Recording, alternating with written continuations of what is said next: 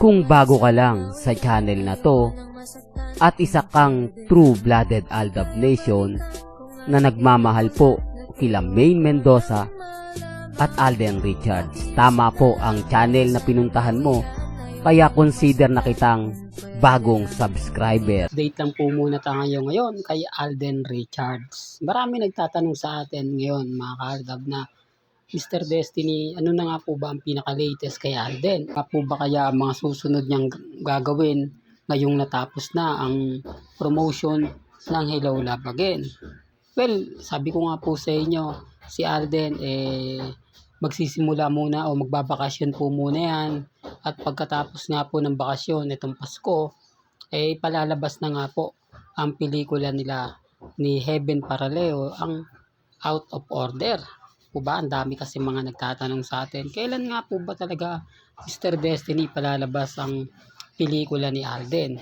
Well, sabi nga po daw ni Boss Vic Del Rosario, ang producer ng Viva Films, ito nga po raw na kumbaga first week ng January o sabihin na natin mga ka-Aldab na second o third, palalabas na nga po ang Out of Order. Marami kasi nagtatanong. Alam nyo naman po, pagdating kay Alden Richards, di po ba parang nabitin sila sa Hello Love Again. Mas gusto daw po nila ngayon kung gaano nga po ba kahusay bilang aktor. Ibig kong sabihin pagdating sa suspense horror, si Alden Richards, medyo kakaiba nga daw kasi to mga ka-Aldab. Hindi naman yung horror film, kumbaga parang intense yung magaganap. Yung tipong may kaba. Di po ba yung medyo pag pinanood mo kakabahan ka.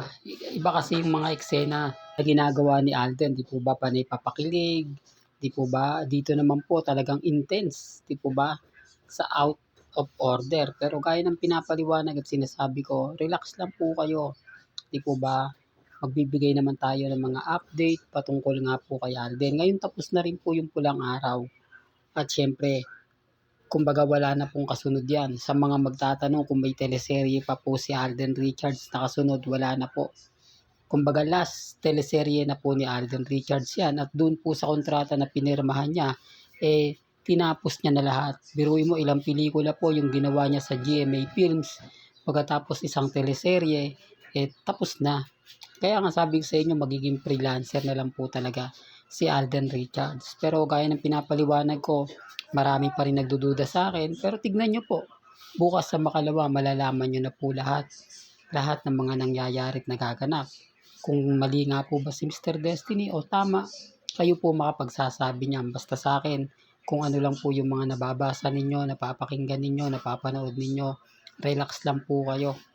Di po ba? Wag po kayong basta-basta maniniwala. Antayin nyo kung kailan nga po muling magbibigay ng update si Alden Richards ngayong pagsapit nga po o pagkatapos nga po ng Pasko at Bagong Taon. Di po ba? Siyempre, pati photoshoot niya, tinapos niya na rin po. Di po ba? Kita nyo naman po pagkatapos ng taping, diretso na siya sa photoshoot dahil pag nagbakasyon na nga po daw sila, wala na. Di po ba? Balik na po nila noon, syempre January na at promotion ng Out of Order. Hanggang dito na lang po ang ating latest updates. Hanggang sa muli, salamat po sa panonood at pakikinig.